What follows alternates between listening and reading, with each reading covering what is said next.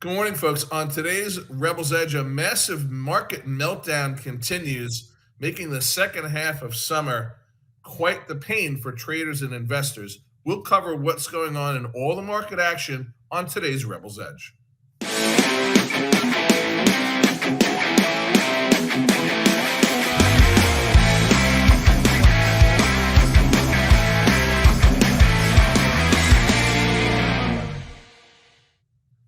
Here we are. We're up and running, man. It's time to run, Mark. Everything's good. We've got John, and of course, he's somewhere up in the air, flying somewhere. God only knows where. I mean, the guy's, he might as well. I think he should see what the taxes are for just being out in space somewhere, because I think that's where he can call home. Well, he's on his way back from the Money Show event that the three of us were just at for the past few days, or certainly Thursday, Friday, Saturday. I finally made it out on Saturday, Pete, after continued flight delays. A big bleep you to the airlines that continued to make people absolutely miserable. If there was an industry in crisis, and I'm not going to go on a Najarian travel rant because we just don't have time for that. Could flying get any worse? No. Could it get any worse? I just don't think that it could. But Pete, always a pleasure to be with you on the Rebel's Edge. I am wearing not my MAGA hat, but my Make Volatility Great Again hat. Yes, I love that. Apparently it's worked from the past few times that I've worn it. But here's what I want to know. And I want to kick this off with the following question. What is news about any of these catalysts? What is stuff that we really woke up this morning and went, oh, what? That I didn't see that coming. That's what I'm trying to figure out. I want to help folks understand why in God's name we are seeing the kind of gutting in the market like a steer on the side of the road in El Paso, Texas. This makes no sense to me. Well, let's hit it with the macro minute then, Mark. I'm going to give you why I think things are going the way they are. The global sell-off, it started with essentially call it Japan, and just kind of has been moving across the globe, right? And I think what people are finally realizing, to your point, should they have already known much of this? Yes. But I think people are finally embracing and realizing, hey, maybe the economy is not quite to the level that we were sort of perceiving it to be. And I really don't see anything more than that. And the fact that we disappointed once again, unemployment data was interesting for sure. And a lot of folks were getting a little bit nervous. And of course, the Fed not doing something. Some people thought they should by then, just last week, but now they pushed it out to September. Now, is it going to be a quarter, a 50, a 75, or a 1? That might be part of the question that comes up as well. But let's start with Japan, Pete. People, I read more this morning about the yen carry trade unwinding. The yen carry trade unwound 3 effing months ago when Japan came off a zero rate policy. By the way, folks, for those of you that don't know, the yen carry trade is a trade that's been around since time immemorial on Wall Street, that way you borrow in a zero interest rate currency like the yen, and then you can invest it in higher yield bonds, currencies, or in the stock market. It's easy money, right? And when Japan or any other sovereign goes above a zero rate policy, well, the party's over. But the party of the yen carry trade's been over for at least a quarter. Who woke up this morning and said the yen carry trade is dead? Where have you been? Where have you been is what I want to know. Here's what I love. Mark is right, and he's ready to roll, baby. I'm fired the F up today, people. Beware. All right, we're going to jump on something that I've talked about ever since I started doing any television on the financial fronts, and that probably goes back even before CNBC in 2007, but we'll start there, 2007. I always thought it was very important to start off every single show talking about the volatility index. Why is that? Because that is a great indication of the markets themselves. What kind of movement are we expecting? A 16 VIX means we're going to go 1% on the S&P 500. A 32 VIX means it's 2% per day in the S&P 500, and so on and so on. Well, this morning we woke up, the highest level I saw was a 65 print, Mark, 65 for the VIX. We settled down towards 40. Last I looked, we were about 35. Gives you a little bit of an idea. But remember this, for about a month and a half, we were stuck at 12. Yeah. We didn't move off of 12. Then we finally slid up a little bit, 15 to 19, hitting 19, but more closer to 17 to 15. And now take a look at that volatility index. Oh, and by the way, I think we can show you what we've seen and why it's so important to be market rebellion, because there was a little unusual option activity in there. They bought 100,000 of these calls in the VIX. They were 60 cents. They sold the upside. So what does that mean? They turned it into a spread. The whole thing cost about 40. Let's just call it 50 cents because the guy who does this all the time is 50 cents. And I'll tell you what, this was a monster, and a monster that was put on when it was trading 12.50 on the VIX. Wow. That's a pretty damn good trade. Yeah, that's what we call cojones, I think, in a foreign language. But they turned out to be right. And listen, we talked about this on Cocktail Hour on Friday. We talked about this on Cocktail Hour 2 Fridays ago. That's, of course, our every Friday, 1 p.m. Eastern. It's for subscribers only. So if you want to be part of it, you got to subscribe. Go to marketrebellion.com/get started, and you'll find out how.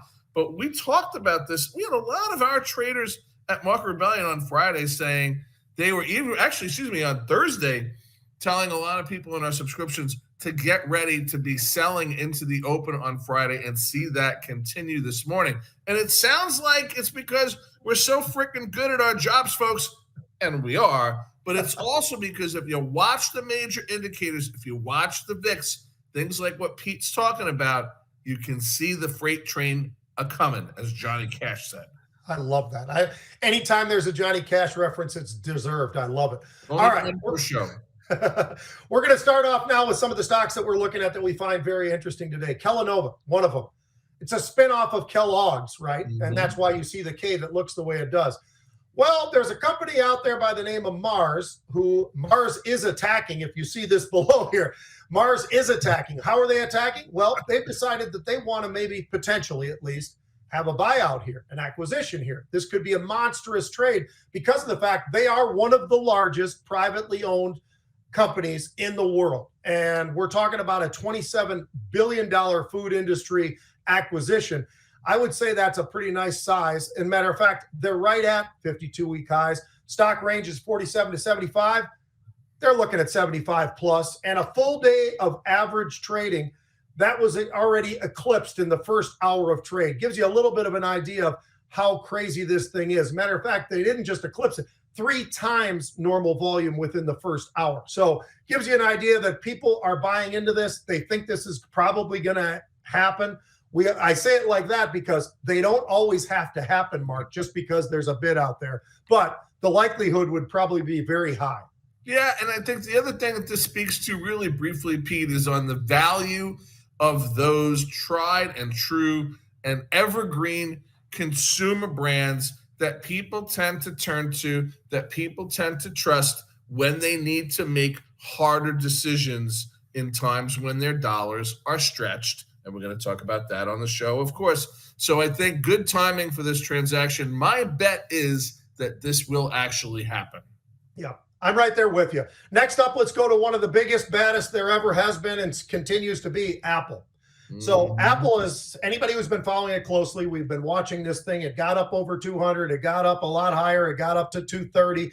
Everybody was very excited about that. But today, there's a little bit of news out there that one Mr. Warren Buffett and Berkshire Hathaway has decided, you know what, we're going to take some off. Not just some, we're going to take off approximately 50% of our investment in Apple.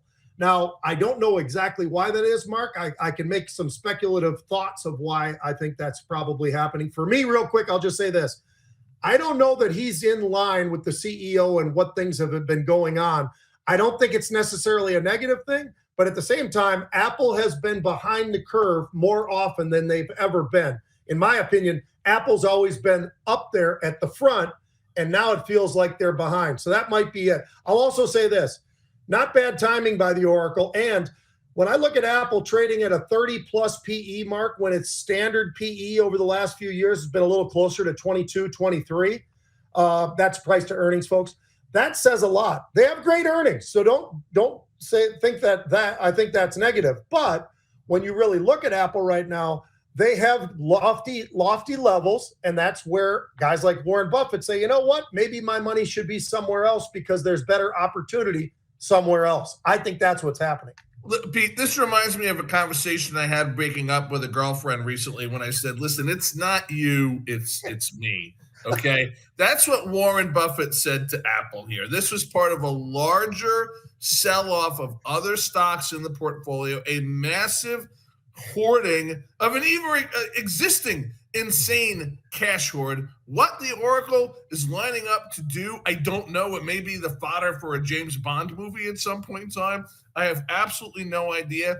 But this was not just an Apple story. Now, look, has there been good reason to be negative on Apple lately? Yes. Has there good reason to be bearish on Apple lately? Yes. They're seeing increasing competition, particularly in China and other Asian markets where they don't live and die by the Apple device. There are actually others that you see people holding in restaurants and cafes and other places as compared to this country.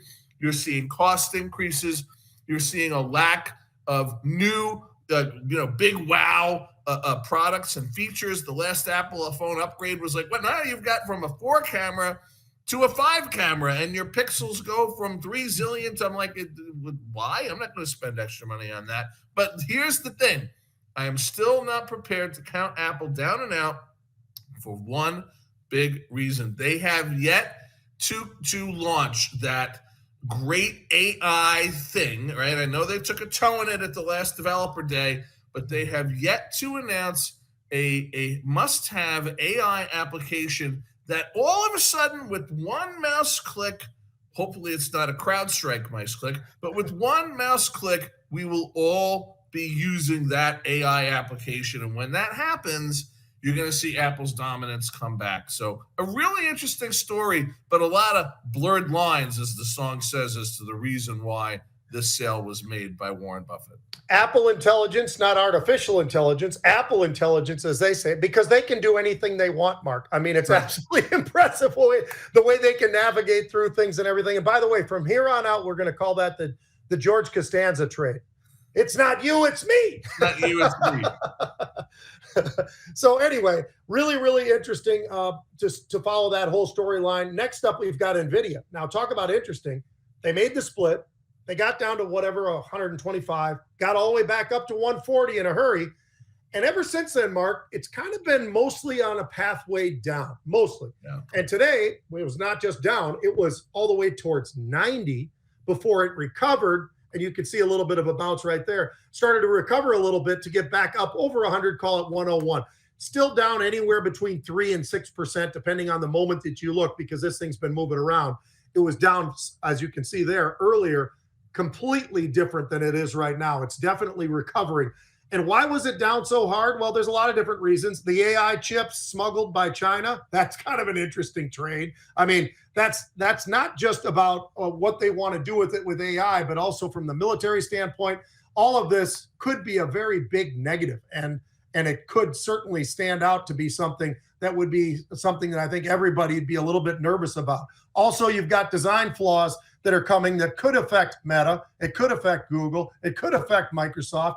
All of those things, Mark, on top of the fact that the U.S. export restrictions are definitely going to get higher and higher and higher. And obviously, that's something that also gets into the political side of things as well, because of what we've got going on in terms of the presidency and the run for that, and how the different kind of groups are going to absolutely adjust to that. Anyway, all that being said, the volumes are off the charts today in Nvidia, absolutely off the charts.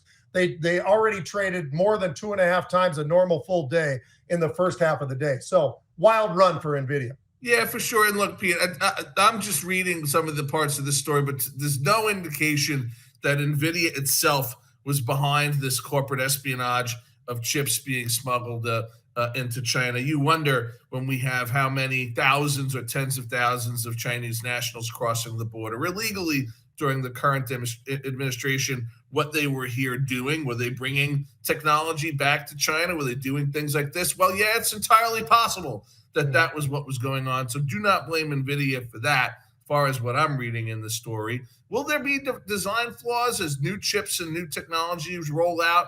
Yeah, for sure. But look, these guys remain the number one in chips for AI. And I keep telling you, same reason why all of the stuff John talks about in terms of demand for energy powered by AI, all of it true. Wait, folks, just wait. When we start to get into real market penetration of AI with video searching AI, and video AI results on demand, you're going to see chip demand go up even higher, and you're going to see energy consumption demand go up even higher. I would look to even add to my Nvidia position if this thing continues to get beat up. And as you point out, it's already off the day's low.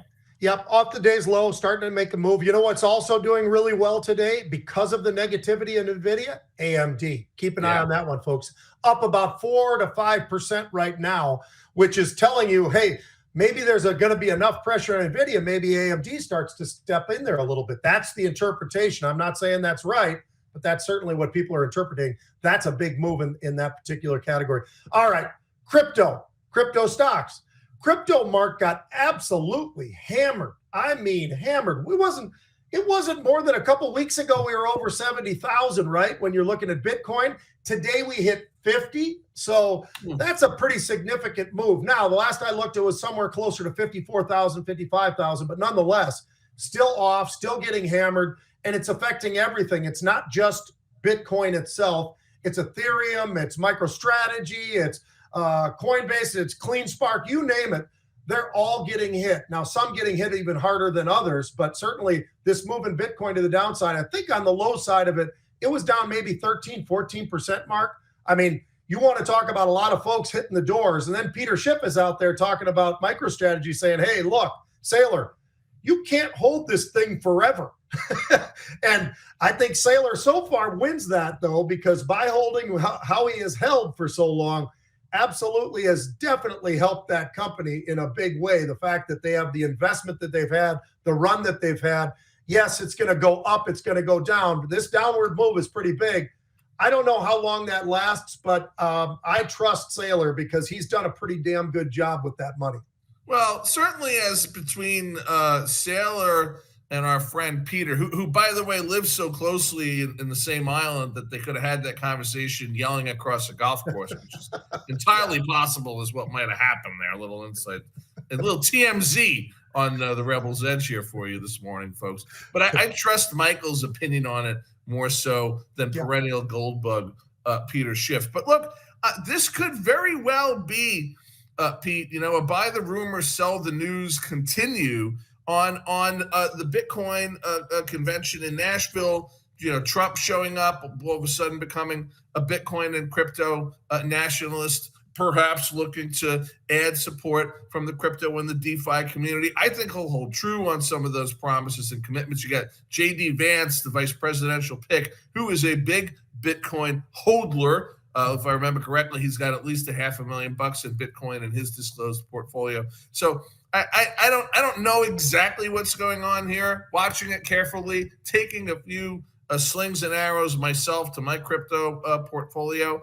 But look, this is also an asset class that's supposed to do the opposite on a day like today, which is clearly an indication that it is still in the stages nascent enough that it is not a hedge against a market sell-off like this, and maybe still acts like a risk asset that when risk asset equities sell off, it sells off in tandem. That could be another part of what's driving crypto prices and crypto-related stocks down today. Sure. All right, we're going to jump to sports real quick, and then we're out of here, Mark, because we've got some fun stuff for sports. But how about Olympic sports? Now, NBC, I actually hang a gold medal around them. Why do I do that? Because NBC during the Olympics has done an unbelievable job. I think it was a risk, but the risk actually was a huge reward. We're seeing that in ratings. So this is not just me talking about it, but Snoop Dogg, believe it or not. I mean, the fact that they embraced Snoop Dogg the way they did. Now, you might like him or not. Doesn't matter. Me, same thing. It is what it is. But I will tell you this.